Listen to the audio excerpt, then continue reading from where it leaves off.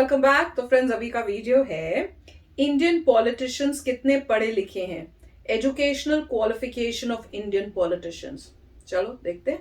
तो वीडियो शुरू करते हैं। पर वीडियो शुरू करने से पहले अगर आप चैनल पर नए हो और आपने अभी तक सब्सक्राइब नहीं किया तो जल्दी से पहले सब्सक्राइब के बाद बेल आइकन को क्लिक कर लो ताकि आपको हमारे सारे न्यू वीडियोस के नोटिफिकेशन मिल जाए जैसे हम अपलोड करें। अगर आपको वीडियो पसंद आता है प्लीज लाइक एंड शेयर। चलिए शुरू करते हैं।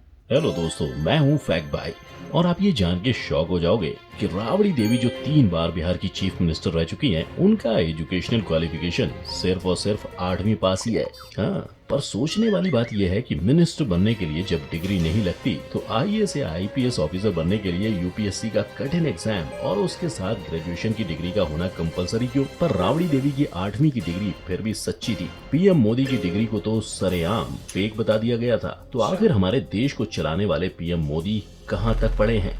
इससे पहले कि मैं आपको ये बताऊं कि आपको पता है कि इंडिया की कैबिनेट मिनिस्टर स्मृति ईरानी ने तो 2004 में बीए और 2014 में बीकॉम की डिग्री इलेक्शन के डॉक्यूमेंट में सबमिट कर डाली थी। मतलब जाली डिग्री देनी है तो कुछ भी दे दो। तो अब आप ही सोचो, इंडिया के लॉ बनाने वाले इन मिनिस्टर्स को मिनिमम एजुकेशन क्वालिफिकेशन रिक्वायरमेंट क्यों नहीं है? क्या एजुकेशन की राजनीति में कोई इम्पोर्टेंस नहीं है? इन सारे सवालों का जवाब और आज के पॉलिटिशियंस की एजुकेशन क्वालिफिकेशन हम जानेंगे in our today's video title educational qualifications of Indian politicians. अब शुरुआत करते हैं राबड़ी देवी से, जो एक नॉर्मल ट्रेडिशनल हाउसवाइफ से 3 बार बिहार की चीफ मिनिस्टर की पदवी पर बैठने वाली पहली महिला बनी थी। अब हुआ कुछ यूँ था कि 8th स्टैंडर्ड तक पढ़ाई करने के बाद 17 साल की उम्र में राबड़ी देवी की शादी लालू प्रसाद यादव से हुई थी, जो बिहार के पूर्व मुख्यमंत्री और रेल मंत्री रह चुके हैं। पर शादी के बाद राबड़ी देवी को सीएम की कुर्सी नहीं मिली थी। शादी के बाद वो अपने परिवार और घर बार को संभालने वाली एक साधारण हाउसवाइफ थी। लेकिन लालू के फॉर्डर स्कैम करप्शन केस में पकड़े जाने पर पावर हाथ से नहीं निकलने के लिए लालू ने अपनी पत्नी को बिहार के चीफ मिनिस्टर की पोस्ट दे दी। हालांकि इस पर कईयों ने सवाल उठाए, मगर राबड़ी देवी ने बिना सवाल जवाब किए सीएम की पदवी को अपनाया और ऐसे ही शांत स्वभाव से 15 साल तक सीएम की सीट पर अपना डेरा बनाए रखा। 15 साल? लेकिन अगर एक पॉलिटिशियन की बीवी के मिनिस्टर बनने पर आप सोच में पड़ गए हो तो एक पॉलिटिशियन के ड्राइवर के मिनिस्टर बनने पर आप क्या बोलोगे? और ऐसा कर दिखाया है सीके जाफर शरीफ ने, जो 10वीं की पढ़ाई कंप्लीट करने के बाद कर्नाटका के चीफ मिनिस्टर एस निजलिंगप्पा के ड्राइवर बने थे। पर ड्राइवरी करते करते जाफर ने सीएम की मदद से पॉलिटिक्स में एंट्री ले ली और देखते ही देखते वो कांग्रेस पार्टी में बड़ी बड़ी पोजीशन पाते पाते इतने बड़े हो गए कि उन्होंने एस निजलिंगप्पा का हाथ छोड़कर इंदिरा गांधी की तरफ मुंह मोड़ लिया और इंदिरा गांधी के स्ट्रॉन्ग सपोर्टर बन गए, जिसके बाद में उन्हें minister of state of railways का पद इनाम में मिला, जहां उन्होंने रेलवे में गेज कन्वर्जन लाकर इंडियन रेलवे के पैसे बचाने में बहुत सहायता की। लेकिन सिर्फ इतना ही नहीं, बैंगलोर में व्हील एंड एक्सल प्लांट लाने में भी उनका हाथ था, जिसकी वजह से आज वहाँ भारी मात्रा में ट्रेन के व्हील्स की मैन्युफैक्चरिंग होती है। चलो अब जानते हैं ऐसे मिनिस्टर के बारे में जो करीबन 20 साल तक तमिलनाडु के चीफ मिनिस्टर रहे थे, पर उनकी एजुकेशन क्वालिफिकेशन बस 8वीं पास। मैं यहाँ बात कर रहा हूँ मुथुवेल करुणानिधि की, जो तमिल के पॉलिटिक्स से लेकर फिल्म इंडस्ट्री तक फेमस हैं, क्योंकि उन्हें बचपन से ही लिटरेचर से बहुत लगाव था एंड पॉलिटिक्स की दुनिया में घुसने से पहले वो एक स्क्रीन राइटर भी रह चुके थे। पर पॉलिटिक्स में भी वो 14 साल की उम्र से ही इन्वॉल्व हो गए थे और उन्हें पॉलिटिक्स की तरफ इंस्पायर करने वाली वजह तमिलनाडु की जस्टिस पार्टी की एक स्पीच थी, जिसके बाद पॉलिटिक्स में एक एक कदम बढ़ाकर 33 साल की उम्र में इलेक्शन सीट जीतकर वो तमिलनाडु असेंबली में घुसे और असेंबली की रैंक में आगे बढ़ते ही चले गए। पर उनके चीफ मिनिस्टर बनने का सितारा सन 1969 में डीएमके पार्टी के जनरल सेक्रेटरी अन्नादुरई की मौत के बाद चमके और वो तमिलनाडु के सीएम बन गए। लेकिन पते की बात यह है कि वो पॉलिटिक्स के साथ साथ अपने पैशन को भी लेकर चले। उन्होंने अपने पॉलिटिकल एक्टिव ईयर्स में इंडिया की फर्स्ट एग्रीकल्चरल यूनिवर्सिटी, औरतों, लो इनकम क्लास फार्मर्स और बैकवर्ड क्लास के इक्वलिटी और राइट्स के लिए बहुत सारे प्रोग्राम्स और लॉज बनाए। साथ ही उन्होंने 100 से भी ज्यादा पोएट्री और स्टोरी की बुक्स लिखी और 62 फिल्में बनाई। और उनके पॉलिटिकल एक्टिव ईयर 2011 में रिलीज हुई मुन्नार शंकर उनकी लास्ट मूवी थी। हेलो फ्रेंड्स, आपको मैं एक इंटरेस्टिंग ट्रेडिंग प्लेटफॉर्म बिनोमो के बारे में आज बताऊंगा। ये दोनों ऐप स्टोर और प्ले स्टोर में अवेलेबल है। इसमें आप अलग अलग एसेट्स में ट्रेड कर सकते हो, जैसे कि गूगल, एप्पल, गोल्ड और तो और फॉरेन करेंसीज जैसे यूएस डॉलर्स, यूरोज वगैरह में भी आपको 90% प्रॉफिट तक मिल सकता है। इस प्लेटफॉर्म में आपको कोई भी एसेट चुनना है और फोरकास्ट करना है कि उसकी वैल्यू बढ़ेगी या घटेगी। देखिए, मैं आपको एक एग्जाम्पल से बताता हूँ। मैं एक 700 रुपए का ट्रेड अप करता हूँ कि इस एसेट की वैल्यू बढ़ेगी और थोड़ा रुकते हैं। यस, मेरा फोकस सही मेरा तो निकला। heart attack अब ही ये हो गया, अमाउंट देख, आप अपने देख, बैंक बड़ी अकाउंट कम हो या गई। पेटीएम में सिर्फ 24 घंटों के अंदर विड्रॉ कर सकते हो। इसका मिनिमम डिपॉजिट सिर्फ 350 रुपए है। और हाँ, आप मेरा प्रोमो कोड यूज कर सकते हो, जिससे कि आपका डिपॉजिट डबल हो जाएगा। यानी कि जैसे आप 400 रुपए का टॉपअप कीजिए और 800 रुपए पाइए, तो डिस्क्रिप्शन लिंक से बिनोमो डाउनलोड कीजिए और अपने डेमो अकाउंट में 65,000 रुपए पाइए, जिससे आप नई ट्रेडिंग, लर्निंग स्किल्स और स्ट्रेटजी प्रैक्टिस कर सकते हो। जितना आपका एक्सपीरियंस होता जाएगा, उतना ही आपकी ट्रेडिंग और अर्निंग स्किल्स और पॉसिबिलिटीज बढ़ेंगी। लेकिन हाँ फ्रेंड्स, ध्यान से ट्रेड कीजिए, क्योंकि कोई भी ट्रेड में आपकी कैपिटल को रिस्क होता है। सो फ्रेंड्स, आज ही बिनोमो डाउनलोड कीजिए, लिंक डिस्क्रिप्शन में है। I am a Binomist, are you?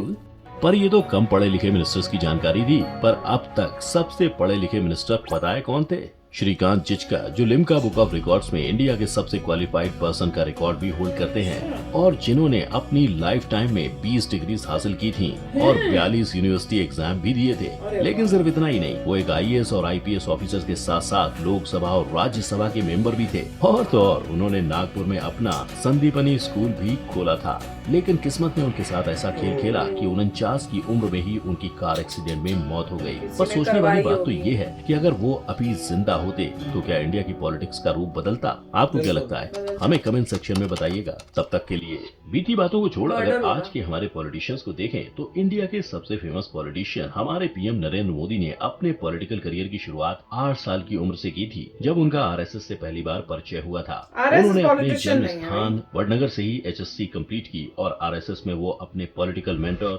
Lakshman Rao Inamdar से मिले, जिन्होंने पीएम को अपनी पढ़ाई पूरी करने के लिए कहा और उनको सपोर्ट भी किया, क्योंकि इससे पहले पीएम स्वामी विवेकानंद के अलग अलग आश्रम में जाकर ज्ञान प्राप्त करना चाहते थे। लेकिन कॉलेज एजुकेशन नहीं होने की वजह से उन्हें हर जगह रिजेक्शन मिला। इसीलिए फिर उन्होंने अपनी पढ़ाई पूरी करने के लिए दिल्ली के SOL school of open learning से 1978 में पॉलिटिकल साइंस में बैचलर्स किया और 5 साल बाद 1983 में उन्होंने पॉलिटिकल स्टडीज में गुजरात यूनिवर्सिटी से मास्टर किया। पर दोनों ही एजुकेशन क्वालिफिकेशन को लेकर अभी तक सवाल उठे हैं, क्योंकि एक RTI क्वेरी पर SOL ने कहा कि उनके पास 1978 साल में BA डिग्री हासिल करने वाले स्टूडेंट की कोई भी डेटा नहीं है। वहीं दूसरी तरफ गुजरात यूनिवर्सिटी के फॉर्मर टीचर जयंतीभाई पटेल के हिसाब से पीएम के MA की डिग्री में लिस्टेड सब्जेक्ट 1983 में पढ़ाए ही नहीं जाते थे। अब सच क्या है और झूठ क्या, ये तो उन्हें ही पता है। लेकिन पीएम मोदी के नाम के साथ जुड़े हुए होम मिनिस्टर अमित शाह को हम कैसे भूल सकते हैं, जो इंडिया के फेमस पॉलिटिशियंस में से एक है। लेकिन हैरानी की बात तो ये है कि पीएम मोदी और होम मिनिस्टर अमित शाह की पार्टनरशिप 2014 में बीजेपी के पावर में आने के पहले से ही थी, यानी वो 1995 से ही एक टीम की तरह काम करते आ रहे थे। अब गुजरात में पहली बार केशुभाई पटेल के अंडर बीजेपी की गवर्नमेंट फॉर्म हुई, जहां दोनों ने साथ मिलकर सारे ऑपोजिशंस को साफ किया था। और वैसे तो अमित शाह का जन्म बॉम्बे में हुआ था, लेकिन स्कूलिंग गुजरात महसाणा में हुई थी और फिर वो बायोकेमिस्ट्री पढ़ने के लिए अहमदाबाद शिफ्ट हो गए, जहां से BSc की डिग्री हासिल कर अमित शाह अपने पिताजी के PVC बिजनेस में लग गए।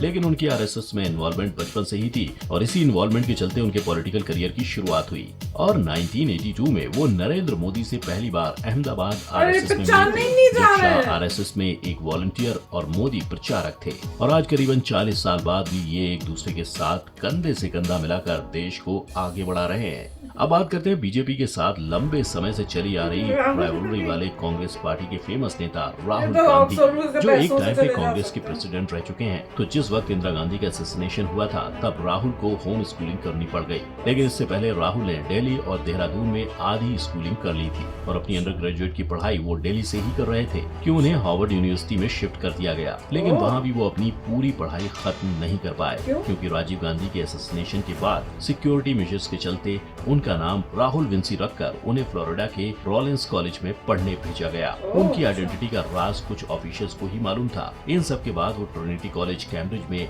MA इन फिलॉसफी पढ़ने गए और अपनी पढ़ाई पूरी करके मार्च 2004 में उन्होंने पॉलिटिक्स की दुनिया में एंट्री की। और आज राहुल गांधी इंडिया यूथ कांग्रेस और national student union of India के चेयरपर्सन हैं।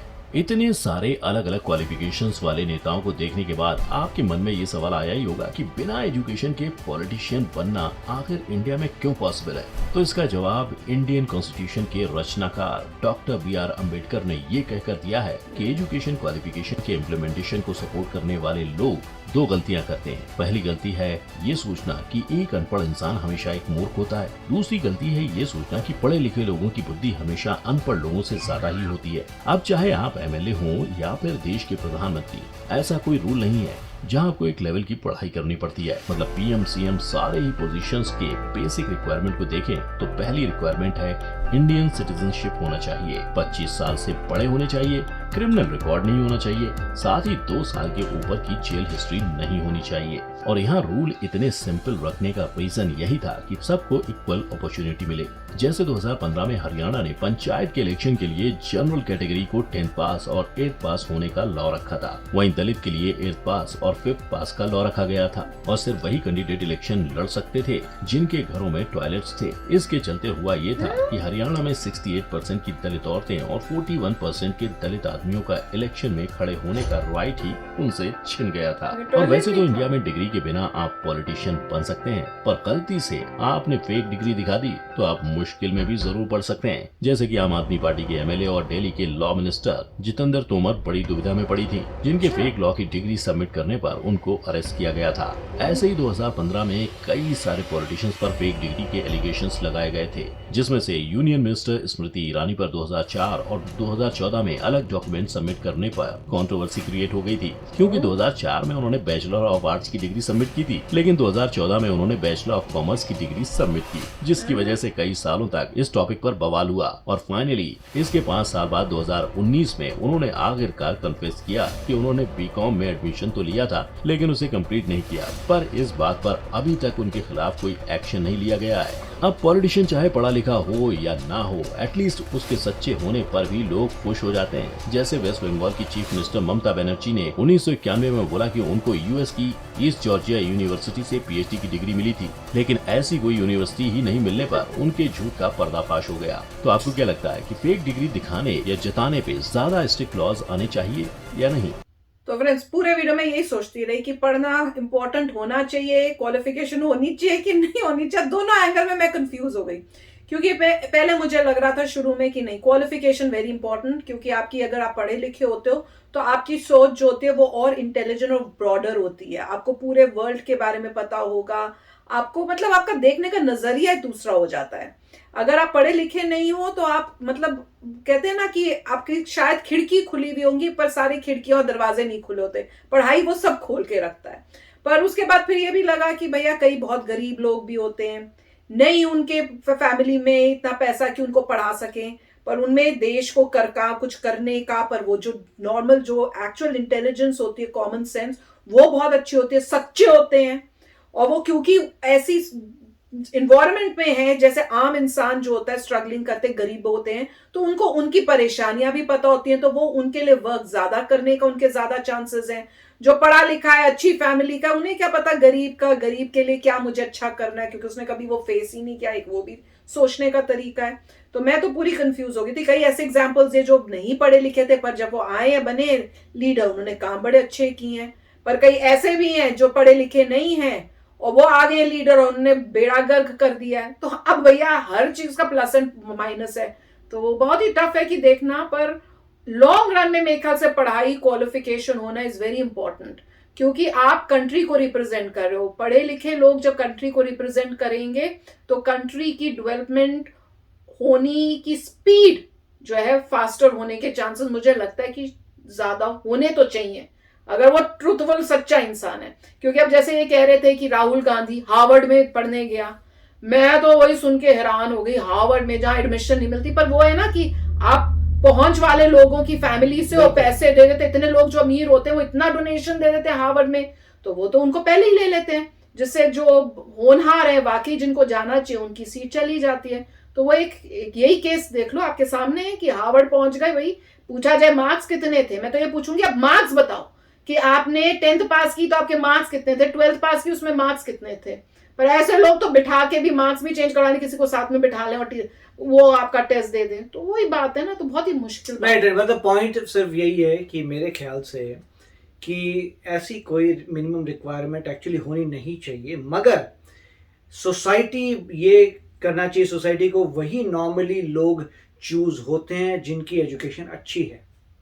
मतलब नॉर्म एक बन जाता है कि देखो रिक्वायरमेंट मिनिमम तो नहीं है, मगर अगर आपको सक्सीड होना है तो सोसाइटी आपको तभी सक्सीड करने देगी अगर आपके पास अच्छी एजुकेशन नहीं है। पर एक ये भी तो सोचो ना, मिनिस्टर्स तो अनपढ़, पर जो और उनके नीचे आईएएस वाले जो इतना पढ़ लिखे, ये भी क्या इंसाफ है। तो नॉर्मली वही है कि इसकी अवेयरनेस लोगों के पास आनी चाहिए कि बन सकता है तो कोई भी बन सकता है, इसमें कोई बात नहीं। अगर आप सिटीजन हैं आप बन सकते हैं, कोई एजुकेशन चाहिए नहीं, मगर लोग जो वोट कर रहे हैं उनके हाथ में पावर है, तो लोगों को उसी लिए वोट करना चाहिए। लोगों को बोलना चाहिए अच्छा ये 4 बंदे खड़े हो रहे हैं जिसके लिए मुझे वोट करना है, उनका मेरे को बायोडाटा दो, उनके बारे में बताओ, हर एक की मैं एजुकेशन देखूंगा और फिर मैं अपना वोट डालूंगा।